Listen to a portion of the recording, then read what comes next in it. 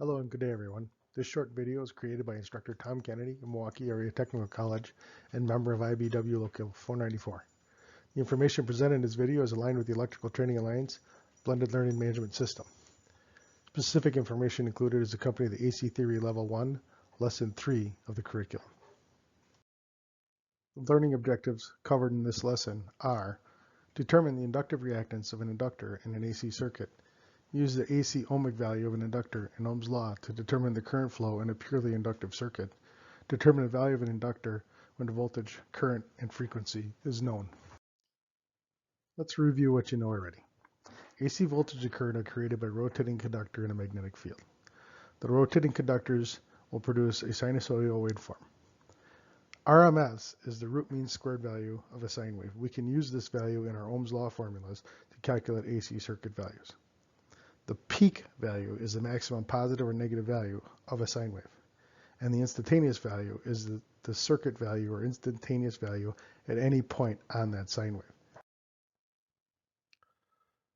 The angular velocity of that conductor in a magnetic field, or the speed at which it's rotating, that's directly correlated to frequency. Frequency of the circuit is the number of cycles per second. So you have one cycle, there's a time it takes for one cycle, that we call that the period. The time for one cycle is the period. And then the number of periods per second is our frequency. So the formula to solve for frequency is you take 1 second, you divide it by the time of one period, and that'll give you the frequency, and then the unit associated with frequency is hertz. From lesson 1, we learned that Lenz's law states an induced voltage or current opposes the motion that created the induced voltage or current. Induced voltage and related currents are 180 degrees out of phase from the applied voltage and resulting current.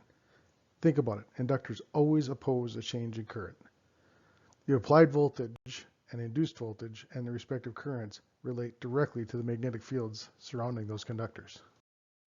So when we start talking about inductance, when we see the letter L in a formula, that is the designation for inductance. And the unit associated with an inductor is the Henry. 5 time constants is what it takes to achieve full current in a DC circuit. And after 5 time constants, inductance technically will have no effect on a DC circuit. Let's now look at inductors on AC circuits. AC stands for alternating current, but another way of looking at it is AC stands for always changing. When we take an inductor or coil of wire and we apply AC voltage to it, the changing magnetic field around those conductors is always changing. So we always have the magnetic field moving.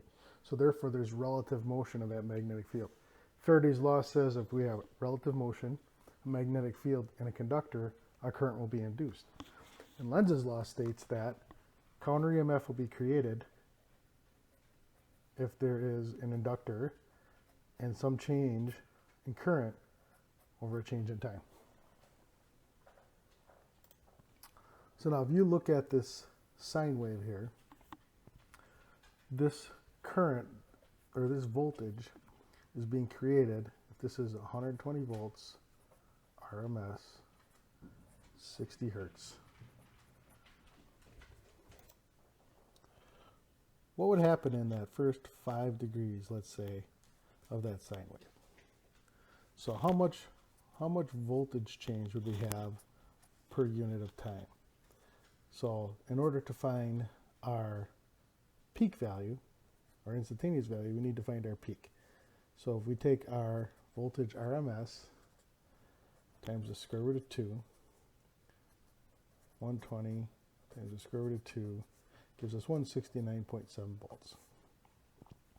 Now, if we wanted to know what the value of the instantaneous value at 5 degrees, we take our peak value times the sine of the angle, so 169.7 times the sine of 5 degrees,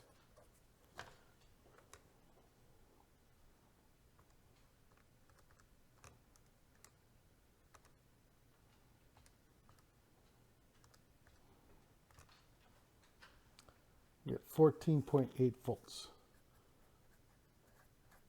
So in 5 degrees of time, so from this point to this point in time, we're going to grow, let's say 15 volts. So then at the beginning here, we're getting a lot of change in voltage and change in amp. So the magnetic field around those conductors is expanding. So if we think of a coil of wire here,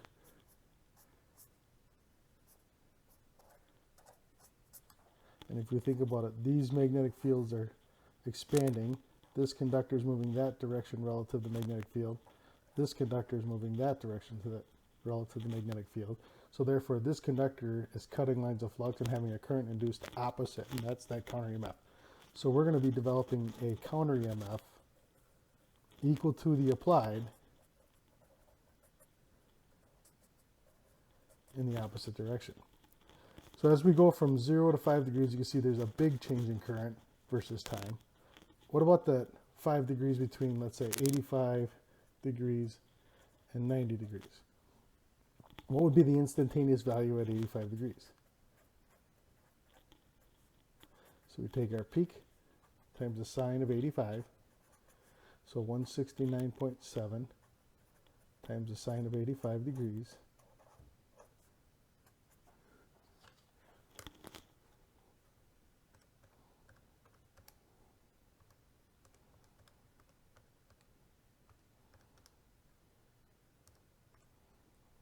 We're at 169 even, let's say, or 169.1. So we've got a change in voltage here of 0.6 volts. So here we have a change of 15 volts. Here we've got a change of only 0.6 volts. So as the conductors expand, the magnetic field cuts, as the lines of flux expand, these conductors are cutting those magnetic fields. Here we're generating a lot of counter EMF. Here we're generating very little. Now what happens when we go past 90 degrees? Well, we're at our maximum, and then this voltage is going to start to decrease. It's going to start to decrease at 0.6 volts for 5 degrees, and then as it goes down from that last 5 degrees from, let's say, 175 to 180, it's going to be changing again another 15 volts there. So we have our main sine wave and our counter EMF is opposite. So what happens to current? Well, while this and this is equal, if voltage applied equals a counter voltage, zero current flows. And at 90 degrees, something happens. These lines of flux, they're changing direction. So now this conductor is actually moving the other way. And if you apply a left-hand rule, so if relative motion is the thumb, if let's say this is our magnetic field direction, so now the current is in the same direction as the applied. So now current's going to begin to flow in that circuit. So that's our current. Here's our voltage. Here's our current. We now have what's called a phase shift. So in an inductive circuit, this is what's considered an Eli circuit, that the voltage leads the current by 90 degrees. So that's Eli. So if I would draw that,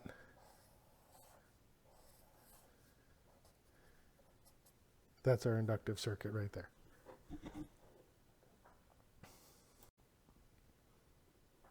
Now let's take a look at this Eli circuit or this inductive circuit.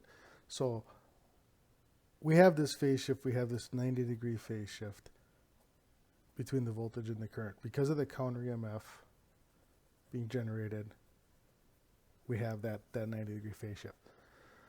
So when we apply a voltage to this circuit, we close that switch and 120 volts is applied. That inductor has a certain Henry value. And how do you determine how much current is going to flow in the circuit? Because at this point right here, a certain amount of current is going to flow. And then here we had a change in 15 volts.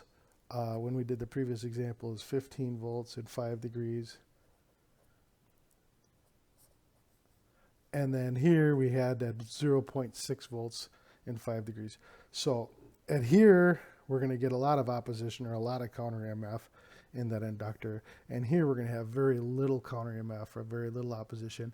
And once we cross 90, then you're actually having this collapsing magnetic field adding to the current, or actually producing voltage back into the circuit or producing energy back into the circuit. So here we're We're taking energy to build a magnetic field for the first 90 degrees.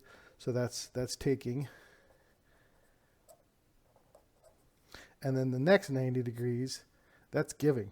I mean, that energy is being given back. The magnetic field is collapsing, so we stored that energy in magnetic field, and now that's giving the energy back. How do we start doing some math? How do we quantify this or create some values that we can plug in a calculator and say, this is how much current's going to flow. This is what's going to happen in this circuit. The Lenz's law formula, the counter EMF formula, says that the change in current with respect to time will give us our counter EMF. And Ohm's law states that voltage divided by current is resistance in ohms.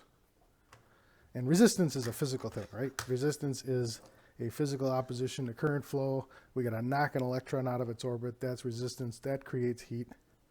But here we don't have resistance. We have inductance. We have a magnetic field opposition. It's opposing, it's taking energy to make the magnetic field, and then it's collapsing, it's giving energy back in the form of current.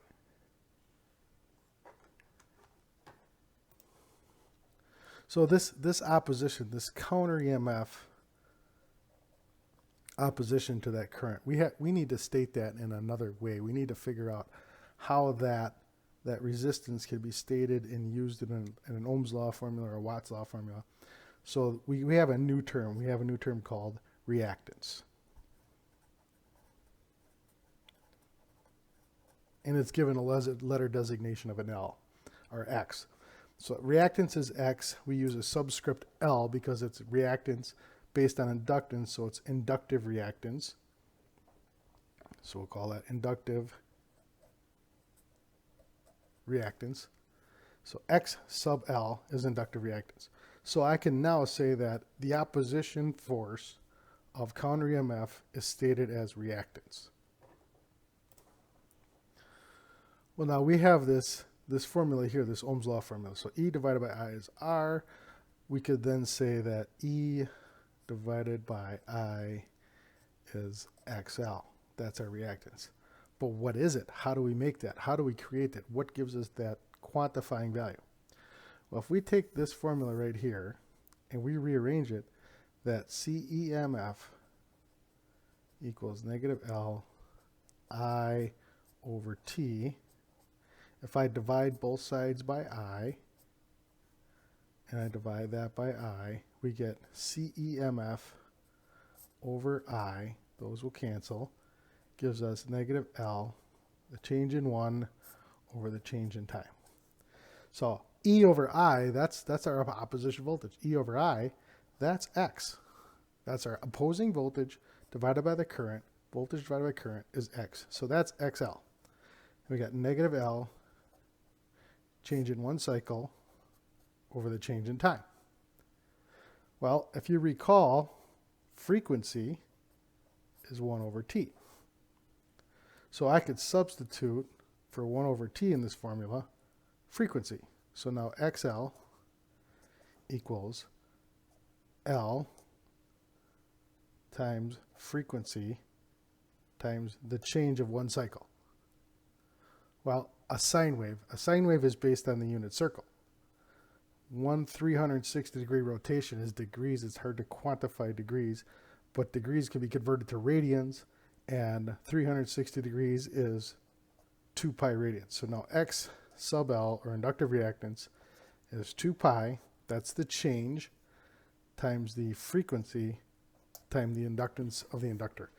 So that negative, that opposition to current, is the change over 360 degrees times the periods per time, or the frequency, times the inductance in henries. That'll give us our opposition force. So in this example here, we had 0.159 henries. That's the Henry value of the coil. That's given by the manufacturer, figured out with a meter. So now if I take and I put that in, XL is 2 pi. We have a frequency of 60 hertz times an inductance of 0.159 henries. So we take and calculate that out. 2 times pi. Lost my pi button. Times 60 times 0.159. We get 59.94 ohms. Let's say 60 ohms. 60 ohms, no, that's 60 ohms of opposition.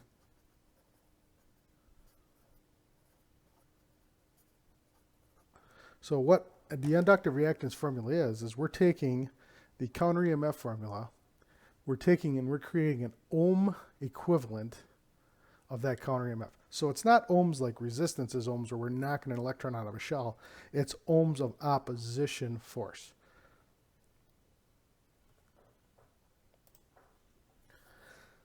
So this formula right here, this 2 pi FL, that is the inductive reactance formula. Now one thing we can do is we can create a formula circle. Since we have a single unit on one side and multiplication for the whole thing, we could say XL over 2 pi F and L. So now if you needed to calculate a certain value, let's say I needed to find the inductive reactance, we'd cover up that XL and it's 2 pi times frequency times inductance. If we wanted to figure out what would be the frequency we would need for a certain value, cover up the frequency, and it would be XL divided by 2 pi times the inductance in henries. Or if we wanted to know the Henry value, cover up the L, we take XL divided by 2 pi in the frequency. So it's a handy little formula circle you can write down to calculate values for inductive reactance. So let's now take a closer look at using these formulas that we've derived for inductive reactance. So taking a look at this circuit, we have 80 millihenries of an inductor, 120 volts, 60 hertz. So the first thing we can do is let's find the inductive reactance of that circuit. So 2 pi times 60 hertz times 0.08 henries.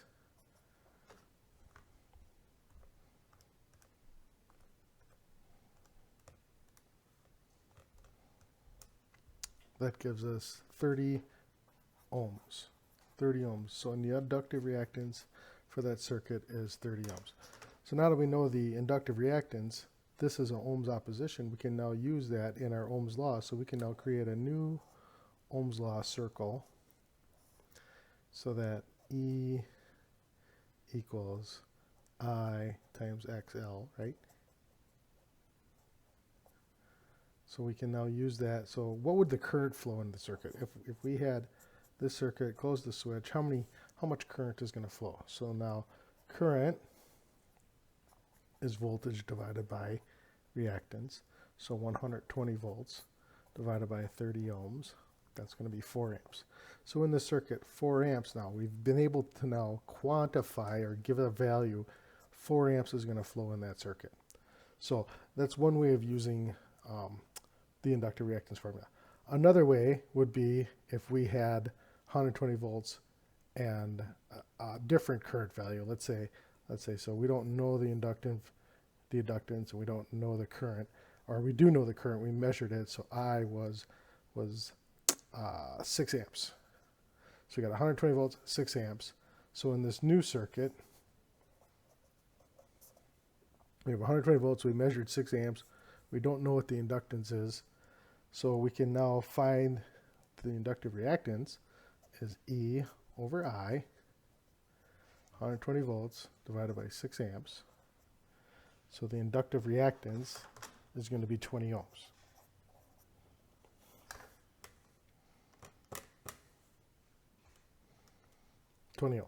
So now we have 20 ohms of inductance reactance. So we have 20 ohms of inductive reactance. We have a 60 hertz frequency. What is the Henry value, or what's L of that coil going to be?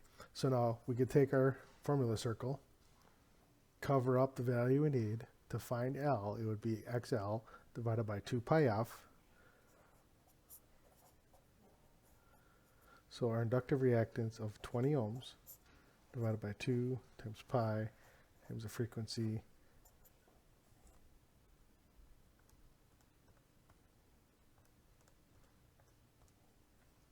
So now in this circuit, the inductance is going to be 53 millihenries. 0.053 is 53 millihenries.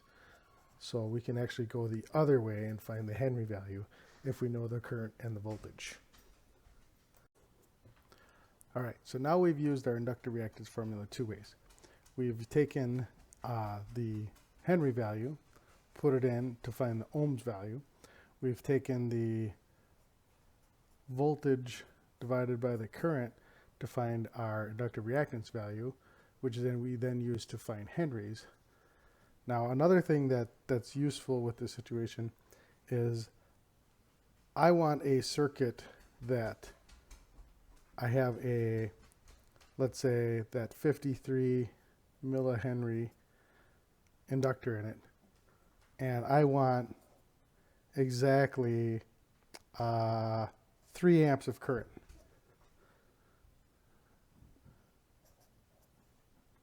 Well, now something still has to change. We need to find out what frequency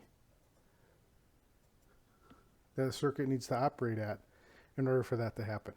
So to work this backwards, we use our inductive reactance E divided by I, so 120 volts, 3 amps, gives us 40 ohms, and then covering up our inductive reactance to find our L value, to find a Henry value, to find our frequency, we'd say XL divided by 2 pi L, that would be our frequency. So frequency is XL divided by 2 pi L. So our XL value is 40 divided by 2 pi, and our Henrys is 0.053. So what frequency then would we need this circuit to operate at for that to happen? So 40 divided by the quantity of 2 times pi times 0.053. So now this circuit frequency needs to be 120 hertz for that to operate, so that only 3 amps of current flow.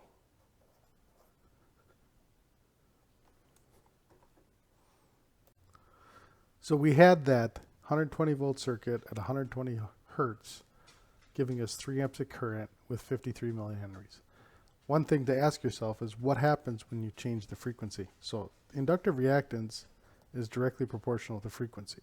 What would happen in this circuit if we would change the frequency? What would happen to current? So current is voltage divided by inductive reactance.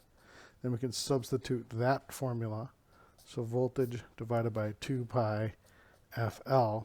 So since that, you can see now that frequency is at the bottom, on the bottom of that fraction. When the bottom number of a fraction gets bigger, we have less. And at the bottom of the fraction gets smaller, we have more. So here we have 120 volts divided by 2 times pi. So let's change that 120 to 60 hertz. What happens if we would change that to 60 hertz? Times 60 times 0.053. So I would then be equal to 120 times, divided by the quantity of 2 times pi times 60 times 0.053. And you see now we have 6 amps. And in a previous example, that's what we had. When we had 120 volts, 60 hertz, 53 millihenries, we had 6 amps. So something to think about is when frequency goes up, when frequency goes down, current goes up. When frequency goes up, current goes down.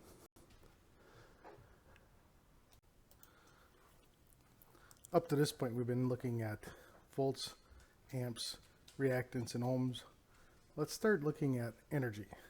So in the first part of this video, we talked about the first half of this 90 degree, first fourth of this sine wave, and then the second fourth, that this 90 degrees,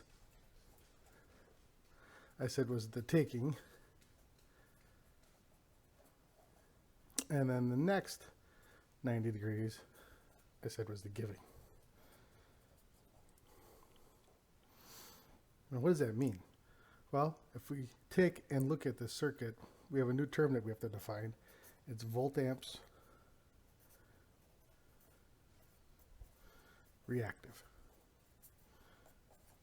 So it's the reactive volt amps of this circuit, because it's no longer watts, because watts is consumption, watts is heat, watts is using it to create motion. Volt amps reaction, this coil is building a magnetic field. Then that magnetic field collapses and gives all the energy back. So that's where we have the taking and the giving. So now in this circuit here, when we look at this, if we have 10 volts peak and 3 volts peak, or 3 amps peak, what would be the energy at 45 degrees?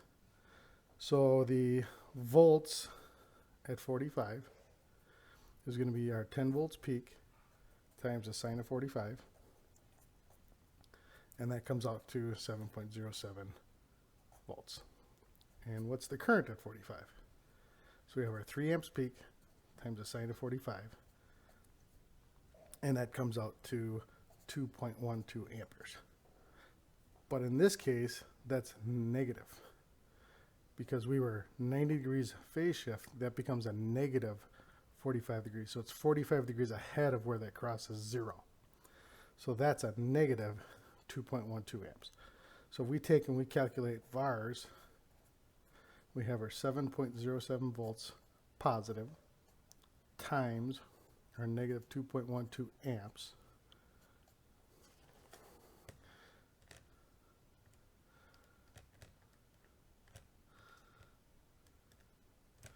We got a negative 15 volt amps reactive, or negative 15 VARs.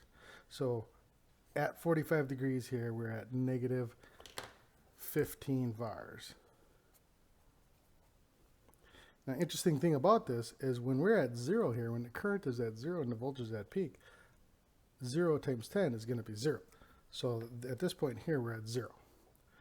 And then if we go another 45 degrees, 135 degrees, the voltage at 135 is going to be our 10 volts times the sine of 45. Or that's going to be, I'm sorry, the sine of 135. We're at 135 on our voltage, and we're at 45 at our current. So 10 times sine of 135 is 7.07 volts. The current at 45, because we're 45 degrees from where it crosses zero, voltage is at 135, current is at 45.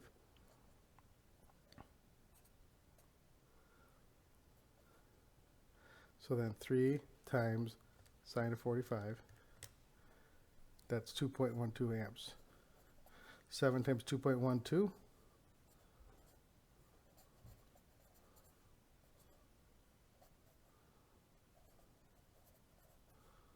is a positive 15 VARs.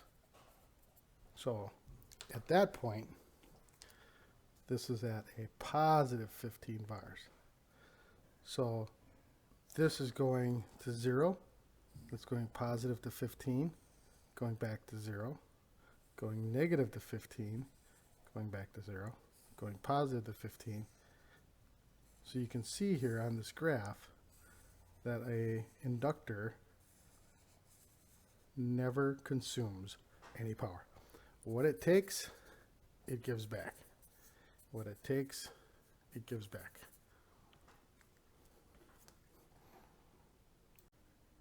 Okay, a couple final notes here. We have looked at all of these circuits, and we're looking at them, and we're looking at these sine waves, and we're trying to get these sine waves, and we're doing instantaneous values. And that becomes difficult. If we start looking at more detail on electrical circuits, looking at those sine wave values and calculating the instantaneous values and trying to figure what goes on can kind of get difficult. So some of the things that we can do is we can start converting these sine waves into vectors and use the RMS values. So an example here would be if we had a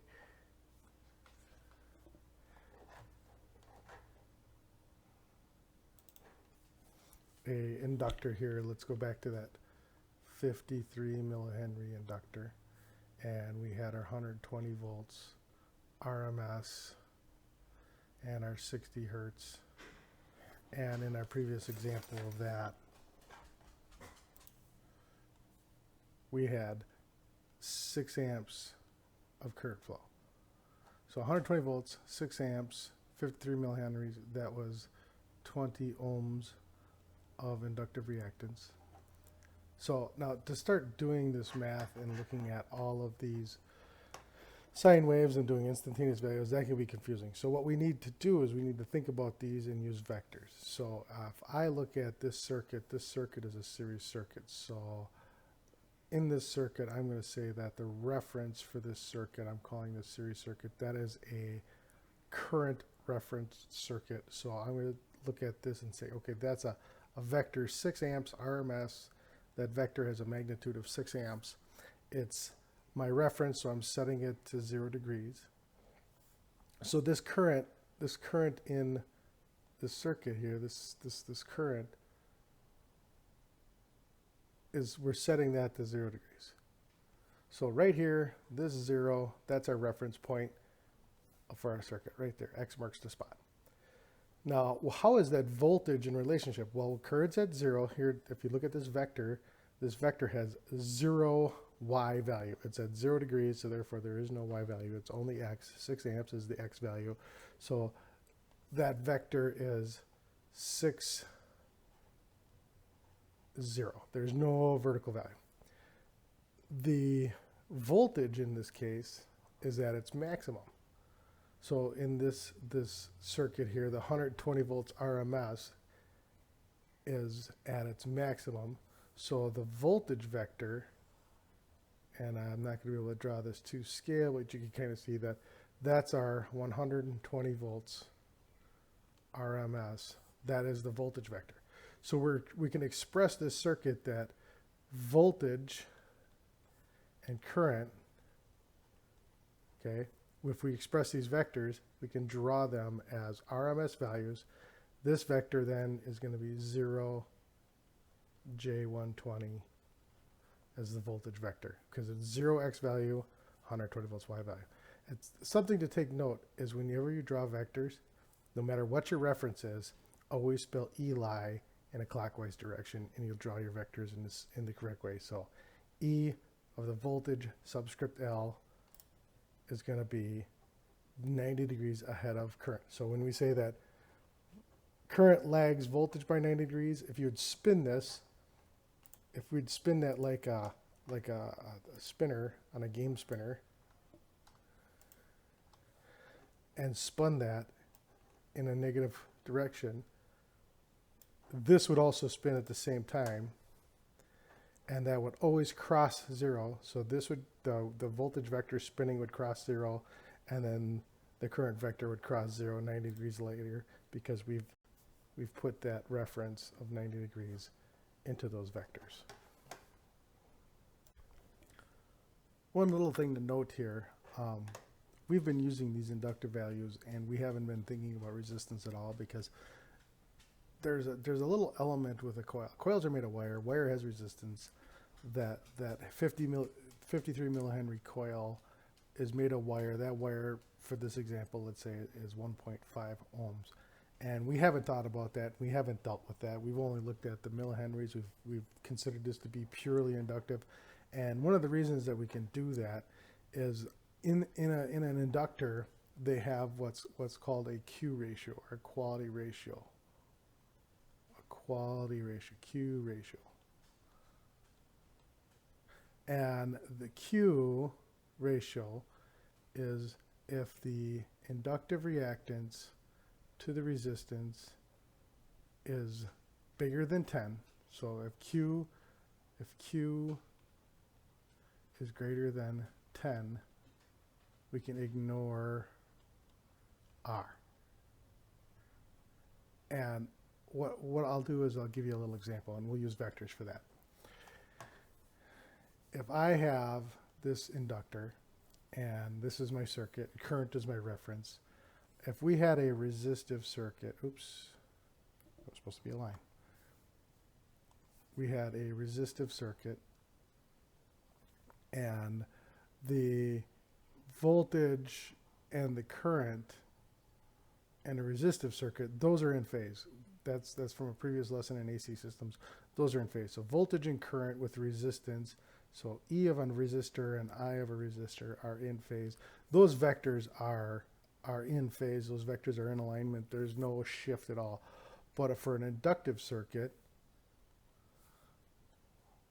and an inductive circuit, that voltage and that current, those are out of phase. In this coil, that resistance it's spread across all the turns.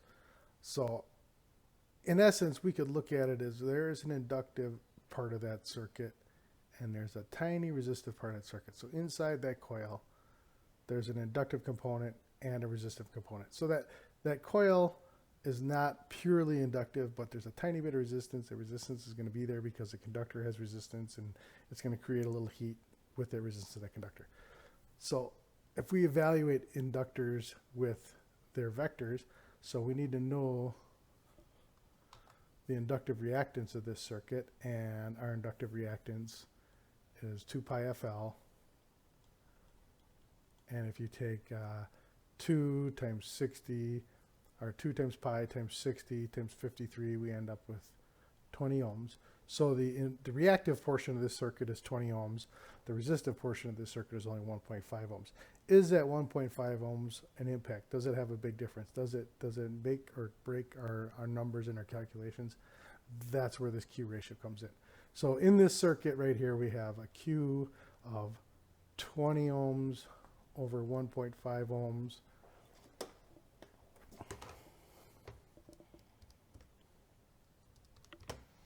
Comes out to be a Q ratio of 13.3, and that's a ratio. That's a unitless number.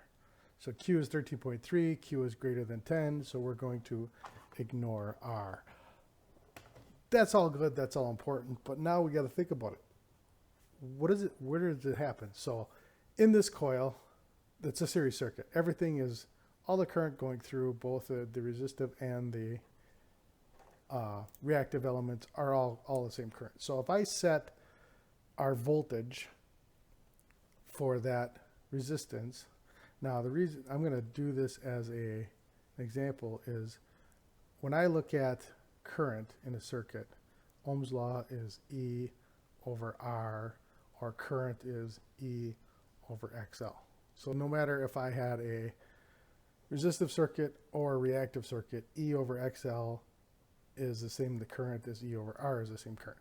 So if current is my reference, if I set my 0-degree axis is current, then if the voltage is a certain value, the resistance is going to be directly proportional to the voltage.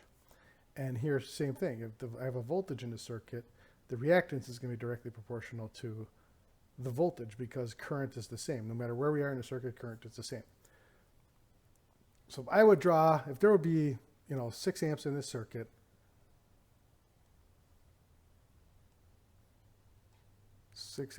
flowing in that circuit with the 20 ohms, that 1.5 ohms, so the voltage of the resistive part of the circuit, 1.5 ohms times 6 amps is going to give me 9 volts. So 9 volts of the 120, we're going to have a vector, very small vector of 9 volts.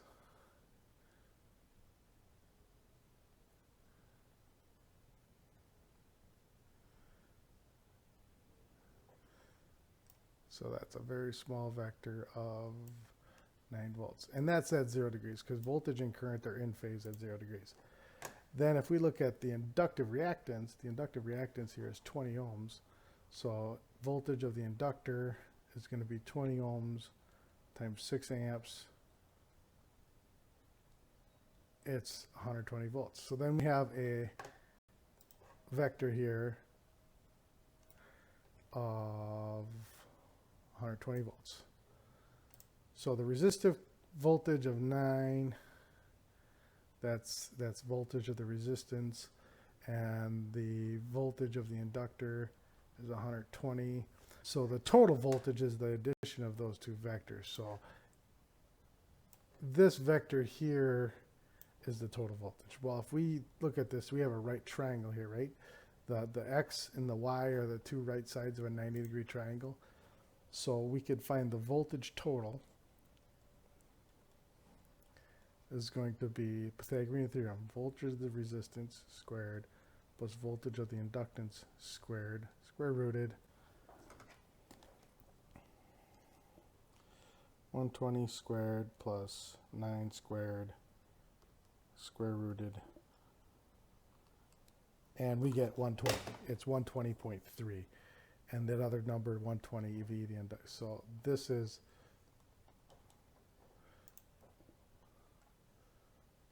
(120.3) volts, and we'll just ignore that. So you can see there's very little difference in the difference here.